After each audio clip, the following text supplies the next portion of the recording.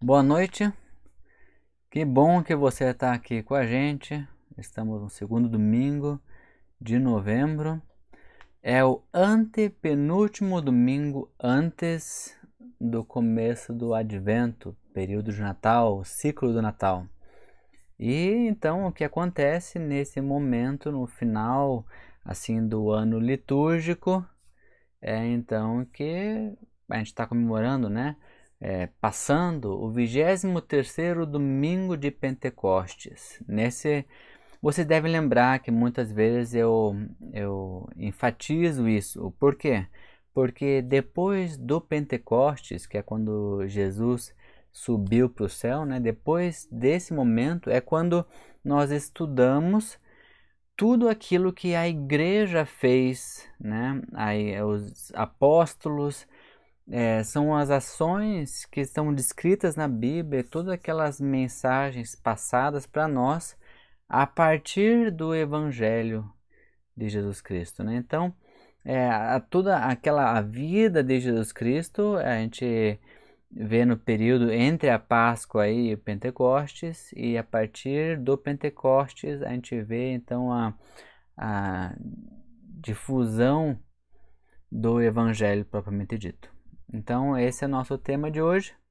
E o tema é bem convidativo, vocês podem ver que aqui tem umas crianças correndo e lembra daquela brincadeira? Aqui, ó. Assim fica melhor. Quem chegar por último é 3 pontinhos.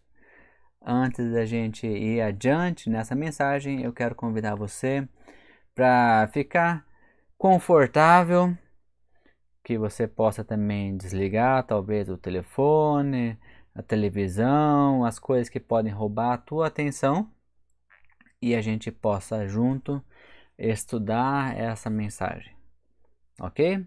Vamos orar para começar esse momento? Senhor nosso Deus, muito obrigado pelo dia que o Senhor nos deu. Obrigado pelo privilégio que nós temos e a gente não pode esquecer o privilégio que nós temos de ter liberdade em ouvir a tua palavra, estudar a tua palavra, compartilhar a tua palavra. Obrigado, Deus, porque o Senhor nos chama para ser testemunhas vivas do seu amor por toda a humanidade. Obrigado, Deus, por esse tempo agora que está reservado para a gente ter mais do Senhor na nossa vida. A gente quer te pedir que o Senhor abençoe esse momento. Eu me coloco nas tuas mãos, Deus, e te peço que o Senhor me tenha como um instrumento para a propagação da tua palavra. Eu quero ser fiel àquilo que o Senhor colocou no meu coração. E também te peço, Pai, que não sejam minhas palavras, mas sim que sejam palavras inspiradas pelo Espírito Santo que saiam da minha boca e que alcancem certamente o coração das pessoas que estão ouvindo. E que nossos corações sejam receptivos para a tua mensagem. E que a gente não seja somente ouvinte da tua palavra, mas também praticante da tua palavra. Muito obrigado por isso, Deus. Obrigado por esse culto que nós podemos começar. Obrigado porque o Senhor tem um grande estoque de amor e está derramando esse amor sobre nossas vidas. Em nome de Jesus. Amém. Queridos, o texto base que nós vamos ler hoje é a continuação da última vez e nós encontramos em Tessalonicenses.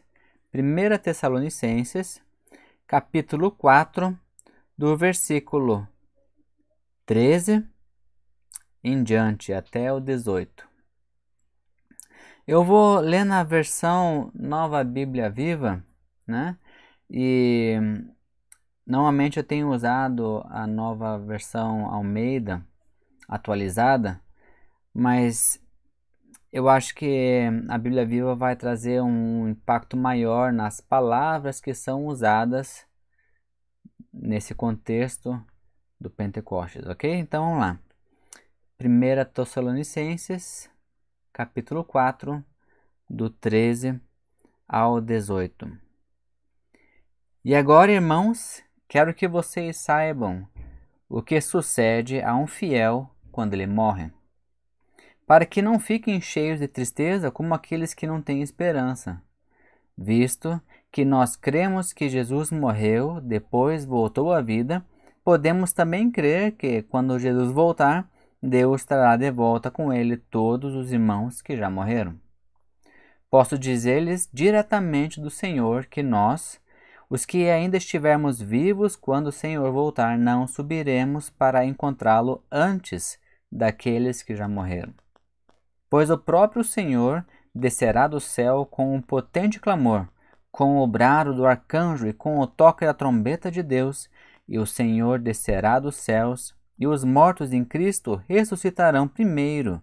Então nós, os que ainda estivermos vivos, seremos arrebatados até eles nas nuvens, a fim de nos encontrarmos com o Senhor nos ares e ficarmos com ele para sempre.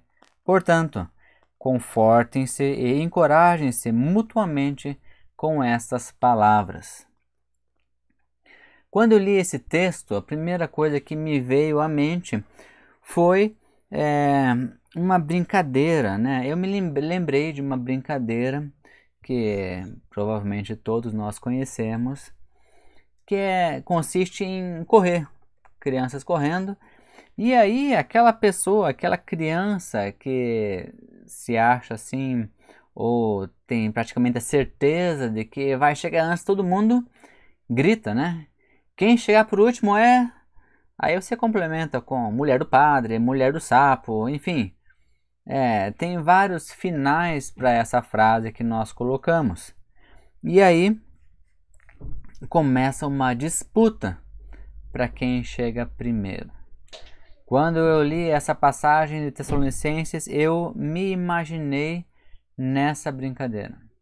E quem estaria então brincando comigo, né, nessa corrida? Seriam pessoas que já tiveram a sua carreira de fé, outras que estão começando, algumas pessoas que a gente não bota muita fé, mas que crescem muito mais rapidamente que a gente, e outros que a gente acha que estão muito bem preparados, né? Fizeram uma academia espiritual e acabam ficando para trás um pouco na corrida. Enfim, é tudo uma surpresa quando a gente começa a correr e a gente não quer ser mulher do padre ou mulher do sapo, né? Então, nesse sentido, o relato que a gente leu em Tessalonicenses nos motiva nessa corrida. Nós não queremos ser os últimos a chegar, né? Mas eu garanto, talvez você, como eu, também não queremos ser os primeiros a chegar. Eu penso que eu ainda tenho muita coisa para fazer nessa vida aqui. Eu sei que Deus colocou um desejo muito forte no meu coração com relação ao chamado que Ele me fez, não só para mim, mas também para minha esposa, para minha família. Nós, como ministério, nossa igreja, as pessoas que fazem parte da nossa família de fé, nós cremos que existe ainda muito a se fazer, muito a ser feito, muito a falar sobre Jesus, sobre a restauração que ele oferece, a começar no próprio indivíduo, mas depois então passando pelos relacionamentos conjugais, relacionamentos familiares, mudança nas organizações, na nação. Como João Wesley falou, né, o mundo é minha paróquia. Então existe o mundo inteiro ainda para ouvir e receber o Evangelho. Então eu concluo com isso que eu não acho que é a minha hora de ir. Eu não creio que seja a minha hora de ir. Não quero que seja a minha hora de ir ainda. Eu tenho muita coisa que eu quero fazer ainda nesse sentido, né, ministerial, de evangelizar, de ensinar. Eu quero muito fazer. E essa alegria de viver é a mesma alegria que Paulo mostra em tantas passagens nas epístolas dele. Agora, algumas coisas são inevitáveis, né? Algumas coisas não tem como nós fugirmos. E meu pai sempre brincava que a gente tem duas certezas. A primeira delas é a morte, a segunda são os impostos. Pois é, a gente não consegue fugir nem de uma nem de outra. Agora, com relação à morte, muitas pessoas têm medo da morte. Muitas pessoas não temem a morte de si mesmo, mas sim de entes queridos, né? Temem essa separação. E em cima desse contexto todo, que é inerente a qualquer ser humano, todos nós um dia podemos vir a falecer, vir a morrer. Na Almeida atualizada fala aqueles que dormem, né? E é interessante a gente encarar como sendo dormir, porque quem dorme acorda, né? A palavra morte parece que ela é definitiva em si mesmo, mas eu preparei aqui 5 pontos para a gente refletir um pouquinho sobre esse texto de 1 Tessalonicenses, né? O primeiro ponto é que Deus, ele é um Deus de certezas, é um Deus de verdade, é um Deus que não permite, não deixa sombra de dúvida. Como é que a gente vê isso? Então, vamos voltar lá no versículo 13. O versículo 13 diz assim: E agora, irmãos, quero que vocês saibam o que sucede a um fiel quando ele morre, para que não fiquem cheios de tristeza como aqueles que não têm esperança. Essa palavra aqui foi inspirada por Deus a Paulo e a certeza que ele nos dá. Então nós podemos identificar aqui uma certeza que Deus tem algo preparado já para aqueles que morreram em Cristo. Isso quer dizer o quê?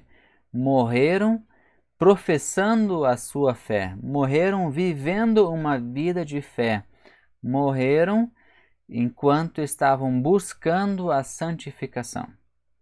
Esse é o primeiro ponto. Existe algo que está preparado para essas pessoas que todos nós devemos saber para não ter dúvidas. Ok? Então, esse é o primeiro ponto. Deus é um Deus de certezas, não é um Deus de dúvidas. Eu lembro uma vez que eu era adolescente, eu acho, e eu tinha muitas dúvidas a respeito da fé. E aí um pastor, numa mensagem, compartilhou assim que Deus não é um Deus de dúvidas.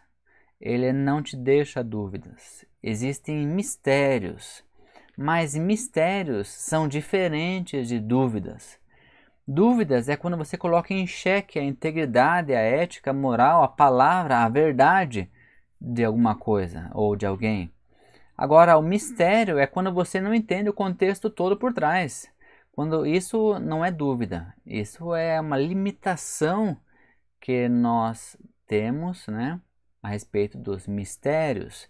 Então, existem mistérios na palavra de Deus que serão esclarecidos, eu creio nisso, né? Que os mistérios serão esclarecidos no momento em que nós estivermos com Deus na eternidade. Agora, dúvidas não existem, né? Tudo aquilo que é necessário para a nossa fé está escrito na palavra, né? A palavra de Deus é a verdade, e quem tem a verdade tem a vida, então não é dúvida.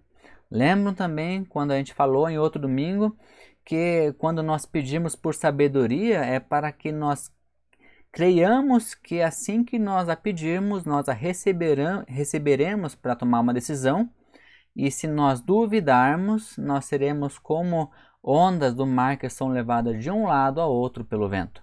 Então isso comprova que Deus, ele é Deus de certezas, tá? O segundo ponto que é importante a gente identificar aqui está no versículo 14, e diz assim, ó: Visto que nós cremos que Jesus morreu e depois voltou à vida, Isso isso é base da nossa fé. Jesus Cristo morreu no seu e no meu lugar, né? E nós sabemos disso. Ele morreu porque nada poderia ser tão completo quanto o sacrifício dele no nosso lugar. A fim de quê? A fim de que nós fôssemos salvos. Mas de que maneira? Olha só. Podemos também crer que quando Jesus voltar, Deus estará de volta com ele todos os irmãos que já morreram. Jesus, ele personificou o poder de Deus sobre a morte. Lembra que na Bíblia também fala que Jesus foi e roubou as chaves da morte e do inferno. Ele venceu a morte, roubou as chaves do inferno. Então, com isso, ele mostra que ele tem o poder, Deus tem o poder, e pelo seu próprio poder ele volta à vida. E depois a confissão que nós fazemos é que porque Cristo morreu a minha morte, eu posso viver a sua vida. Então, a única coisa que pôde ser feita para que nós tivéssemos um relacionamento com Deus, para que nós pudéssemos estar um dia com Ele no paraíso, foi feito por Jesus. Nada mais pode ser feito e nada mais precisa ser feito, né? Isso é graça de Deus para nós. Deus, através de Jesus, personificou o poder dele sobre a morte. Então, primeiro, Deus é um Deus de certezas, não de dúvidas. Segundo, Deus revelou esse poder sobre a morte na pessoa de Jesus Cristo. Jesus foi o único que ressuscitou através do seu próprio poder. A gente também vê que ele ressuscitou a Lázaro e também a filha do oficial, né? Ele tem o poder para ressuscitar os mortos. Nós sabemos também que Deus tem poder para ressuscitar, né? Lembra quando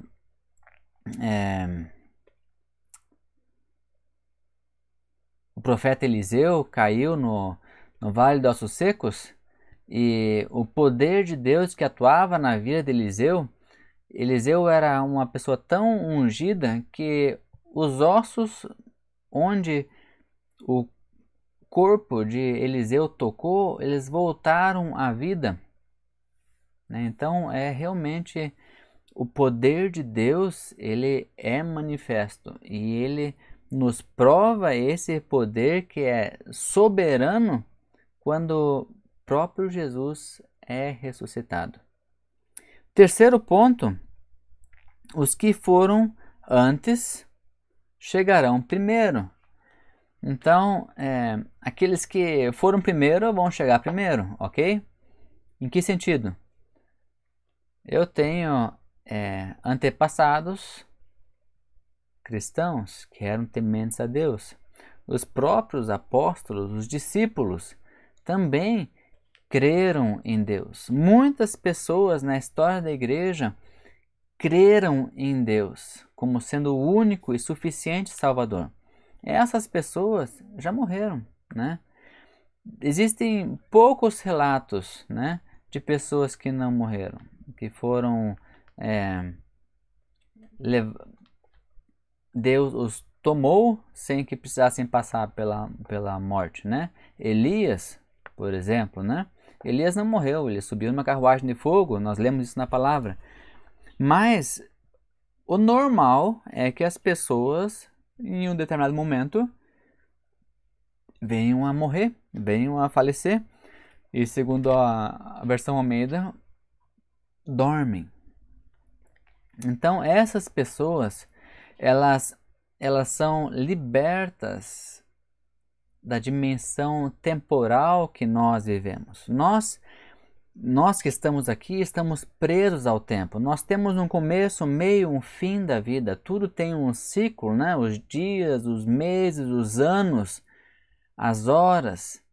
tudo existe um começo, meio, um fim, nós também temos esse começo, meio e fim.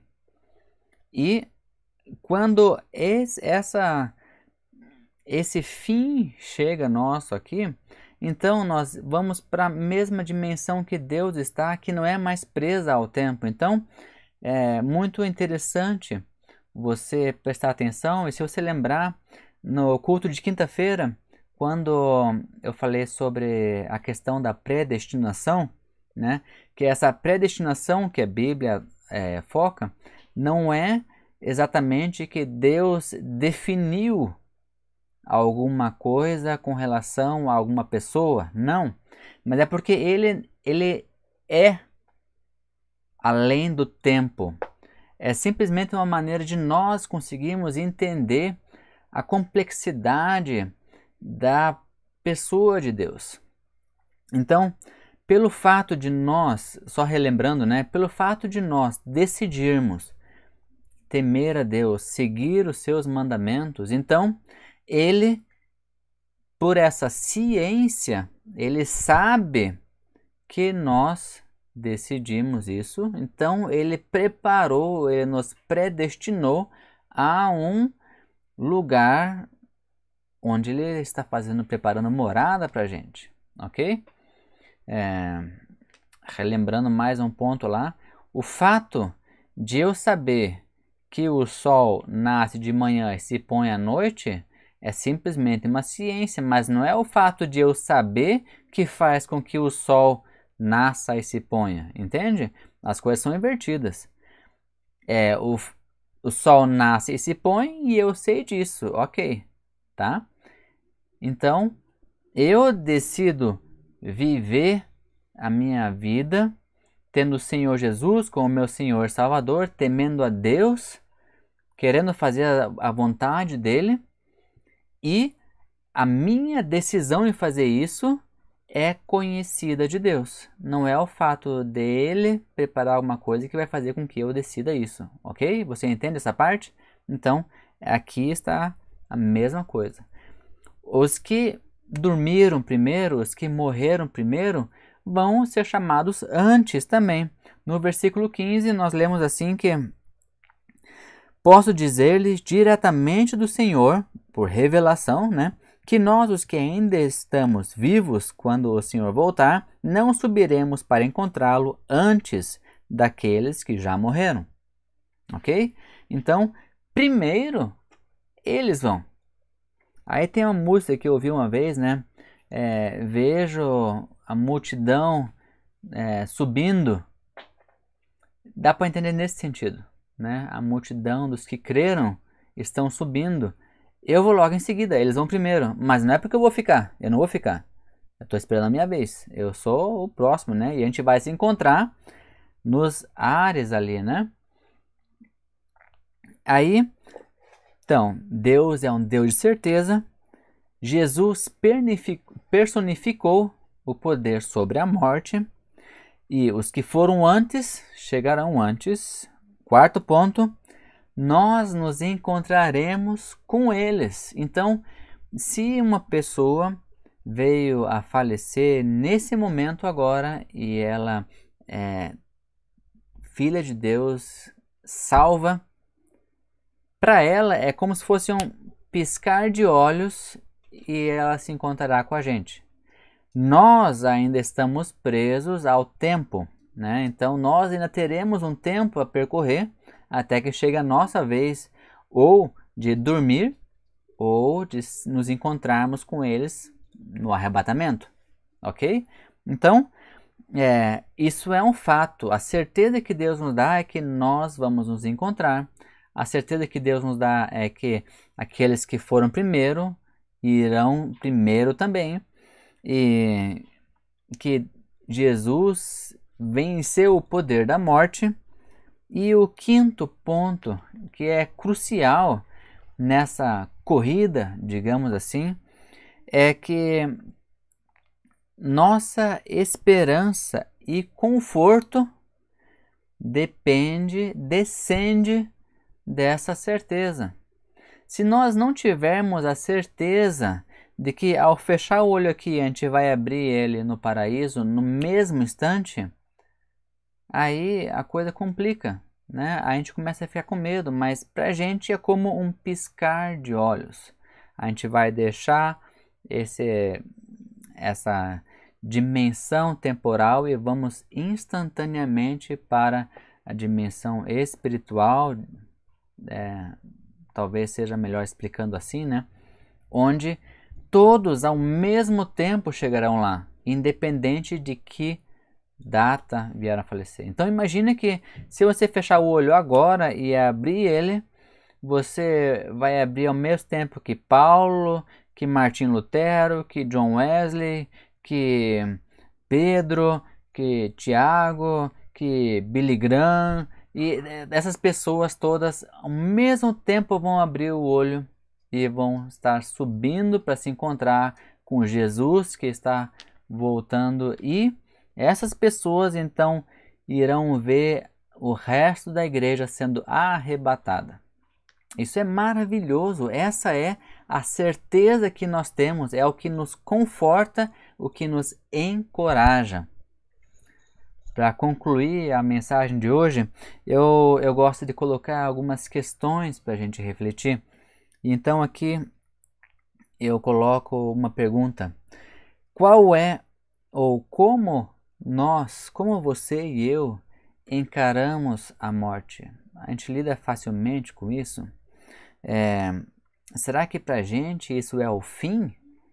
Você tem o medo da morte? Eu conversei com algumas pessoas não faz muito tempo que disseram assim que não tem medo da morte, mas tem receio do sofrimento. Não querem sofrer. Isso é justo, ninguém quer sofrer, né? O próprio Deus não quer que nós soframos, mas não cabe a gente pensar muito nisso, né? Da mesma maneira como Paulo recebeu aquela palavra vinda de Deus, né? A minha graça te basta. A graça de Deus é suficiente para a gente. Ela é mais do que a gente precisa. Qual é a nossa postura diante das pessoas que estão indo? A gente acha que a gente não vai conseguir viver sem? Como que é isso? Nós temos a certeza de que no momento em que ela fecha o olho aqui e abre lá, a gente vai estar junto? Essa certeza nós temos com relação à pessoa que está indo também? Lembre que isso não é uma coisa meramente intelectual, não. Isso é uma crença. Ela tem que estar enraizada no nosso coração para nos dar a segurança. Eu sei em quem tenho crido e também sei que Ele é poderoso. Ele é poderoso. Ele venceu a morte e nos fará vitoriosos também sobre a morte. O que nós falaríamos, ou o que nós falamos nesse sentido para as pessoas quando, se fosse agora a nossa vez de fechar o olho e dormir? O que a gente fala? Qual seria talvez a palavra de conforto que a gente deixaria, né? A gente precisa pensar sobre isso, a gente precisa refletir sobre isso. A vida aqui é um presente de Deus e eu amo esse presente que Deus me dá. E eu creio que muitas pessoas amam esse presente chamado vida. E eu amo mais ainda o presente que Deus nos dá quando nós temos vida em comunhão. Isso é maravilhoso. É maravilhoso ter uma família, tanto de sangue quanto uma família espiritual. É muito bom isso. E Deus criou isso para a sua glória, para a sua honra. E Ele quer esse relacionamento nosso com Ele também. Então, talvez essa mensagem tenha sido inesperada para você. Será que você está lidando bem com essa questão do último dia? Quem chegar para o último 3 pontinhos. Eu quero convidar você, se você ainda não tem certeza da salvação e você quer ter essa certeza, eu quero convidar você a orar comigo nesse sentido, nesse momento agora. E que você tenha clareza de que quando você confessa a Jesus como teu único e suficiente Salvador, você já passou da morte para a vida eterna. E o momento em que você fechar o olho aqui, você vai abrir na eternidade e você vai abrir esse olho podendo estar ao lado de Deus para sempre e sempre. Vamos orar? Senhor, nosso Deus, Pai querido, eu sou miserável ao pensar que alguma coisa eu posso fazer para garantir o meu futuro, a eternidade. Por outro lado, o Senhor é extremamente bondoso e gracioso, misericordioso, amoroso, a ponto de que o Senhor enviou o seu próprio Filho para morrer na cruz no meu lugar. E por meio da morte dele, o Senhor me salvou, o Senhor me resgatou.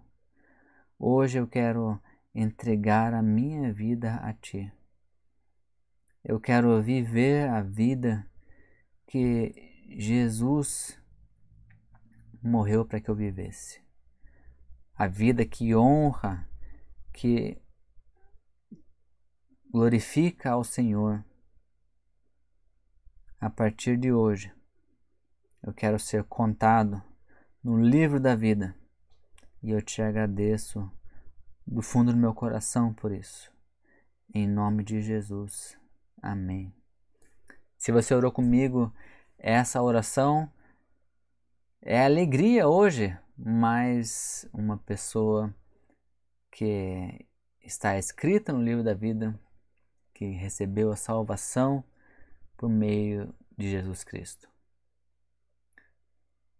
Essa mensagem é uma mensagem maravilhosa e eu convido você a compartilhar ela também com pessoas que você conhece, que talvez estejam passando por uma situação de dificuldade ou então de terminal na vida, assim, sabe? Para que essa pessoa também, se ela não conhece a Jesus ainda, ela possa ter essa oportunidade e se ela conhece, que ela possa ser encorajada. Que você também possa ser encorajado e encorajar outras pessoas. Um grande abraço para você.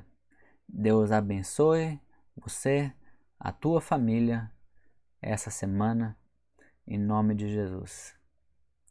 Um abraço, até mais.